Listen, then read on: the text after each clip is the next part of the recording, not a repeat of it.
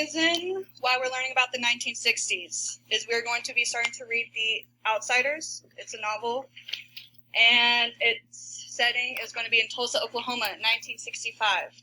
So we've read another book that had the setting in the 60s. Oh my goodness. A lot of people have gone to Tulsa, like specifically, which is interesting. So Watson's Go to Birmingham. It was set in the 60s, but unlike The Outsiders, it wasn't all about the 60s. It wasn't having references to the 60s. It was more of what was happening during the Civil Rights Movement.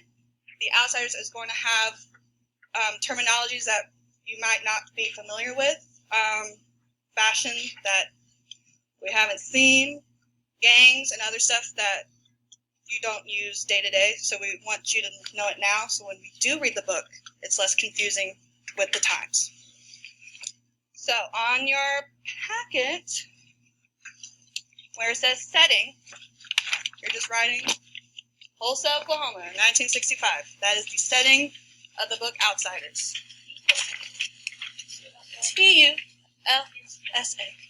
If you do need to move up, there's an open desk area.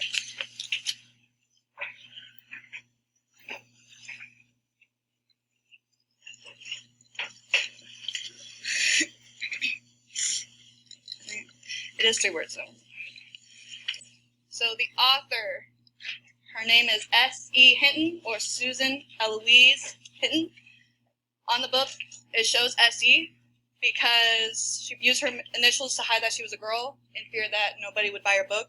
What other author do we know that did that? J.K. Rowling. So for the same reason, because she was afraid or hesitant that boys wouldn't buy her book, and she doesn't want that. She wanted everybody to buy her book. Yes, Jackson. Yes, honey. She started writing The Outsiders when she was just 15 years old, and when she was 17, that was when she first published it. So she was really young, very young to write. How many of you think you would be able to write a book at the age 15? Like 15, publish it, everything. Alexis, but Neil, I feel like you would give it your best effort. You would, his stories are really good. Y'all don't read his stories. His stories are really good.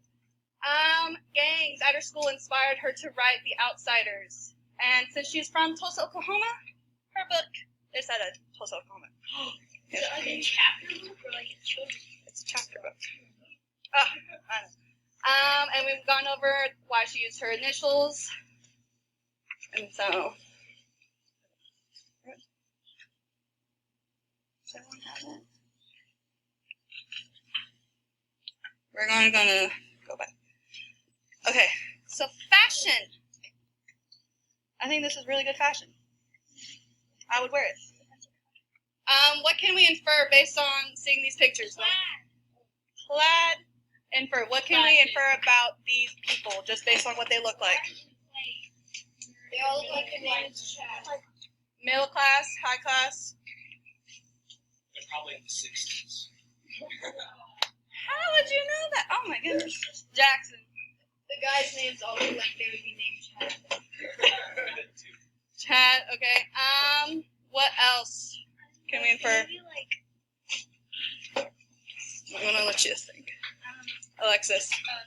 everyone in the photos like probably have their own stereotype. Hair flippers. Just like in patina. Just like very snooty, like. Okay. Sasha. The guy in the suit can probably go from like high school, and then the one in like Leatherman's Okay. That's really good. Okay. So we have the men who are wearing Letterman jackets, polos, a little blazer and a tie. This pattern, madras. Looked like they were really into bangs. That could, yeah, that's the fashion for the girls back then. Yeah, just the little whoop. So all very put together, very preppy, private school, high class, like some people mentioned. Let's see. Hello. What can we infer about these people? Ooh. Gangs. Thank you. Gangs. Anything else? Like scares. Motorcycles. Rebels. I like that. Harper. When the other people see them, they probably like start walking away. So, like, if you're walking on one side of the street and you see them, you're going to cross over and walk the other way. Ace. I think they look like one of the Elvis. Yeah. Wanna be Elvis? I like that. I like that. Okay. Okay. All very good. Shh. Bring it in. Bring it in. So we have, repeat after me, the socias. Socias. Not socks. The socias. And the greasers. And the greasers. Okay, so the socias, an abbreviation for socials, that's why they're socias, not socks.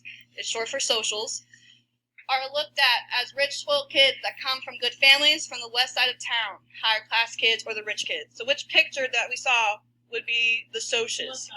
The first one. So in your box where it says socias, put whatever you want in here. So I would say like the rich kids come from good families, higher class kids or rich kids, and then describe what they were wearing, the fashion that we discussed. Yes, Jackson? Huh? If that's a good way for you to remember, so like AKA hair flippers, because in Patina, that was like in the charter school, that was the people who had all the nicest clothes, hair all together, very snooty, going, my family is richer than yours, we went on the boat this weekend.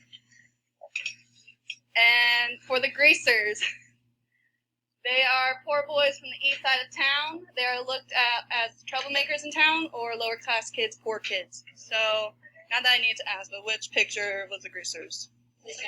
Second one. So, I would say troublemakers for sure. They're lower class kids, poor kids. Yes, Presley.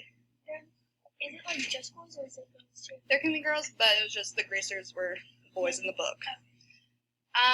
And then write what fashion you saw the greasers wear. So they were wearing leather jackets, denim jackets, t-shirts, blue jeans. So stuff you can wear to basically do trouble.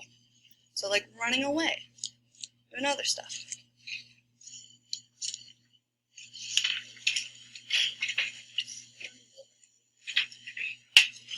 Like if you're a troublemaker, what would be one thing you would be running away from? One would to infer. Okay. Huh? Did you say how do I know that? Oh, okay. That's what I thought. I was like, I'm not a troublemaker. So the music of the 60s. Somebody mentioned that they look like Elvis Presley look-alike. So trying to look like Elvis Presley. So that would be right. The greasers love themselves some Elvis Presley. So in the music on the next page, it says music. I would put greasers love Elvis just because in the industry, what Elvis Presley did on stage wasn't deemed appropriate. Just, they're like, that dancing is not appropriate for this stuff. Just the way he was dancing wasn't the norm. So the greasers probably related to that, like, I'm a troublemaker, he's a troublemaker. Fantastic.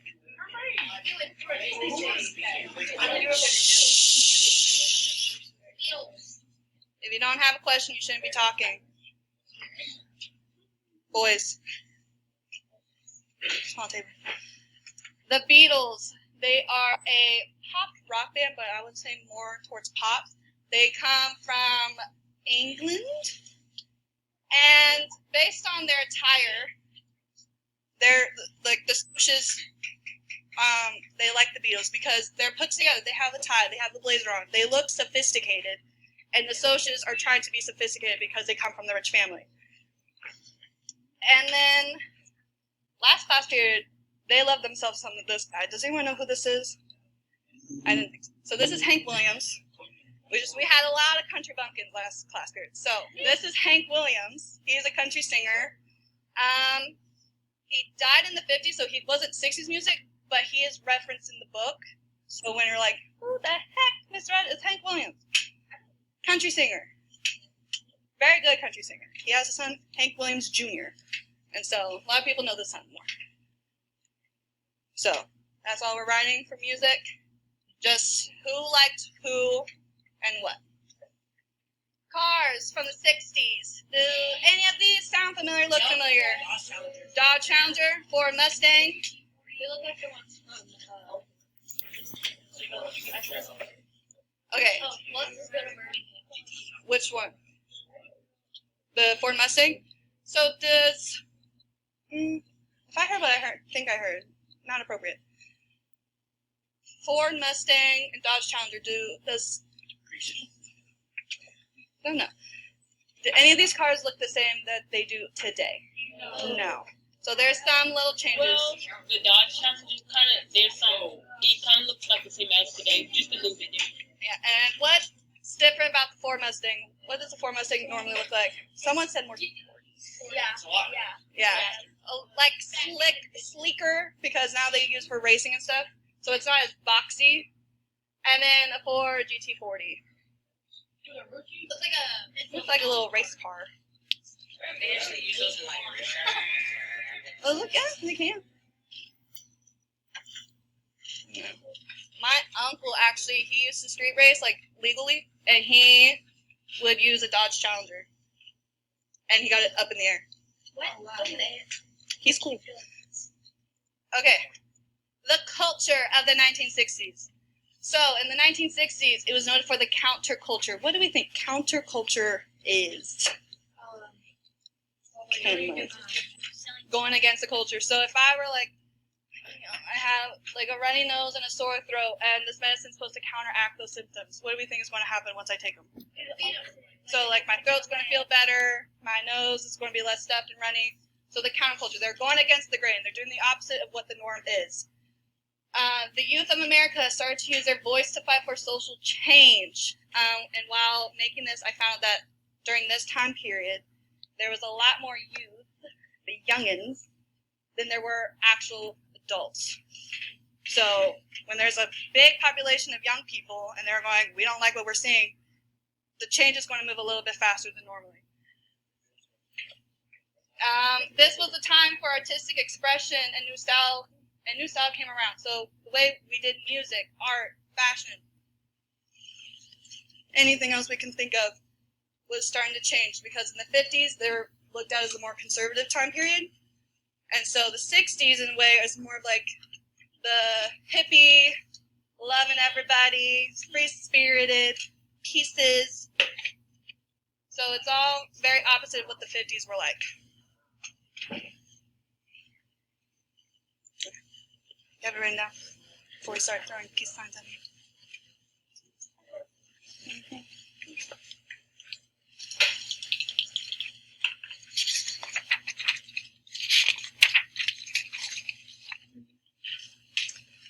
Okay, moving on. The terminology.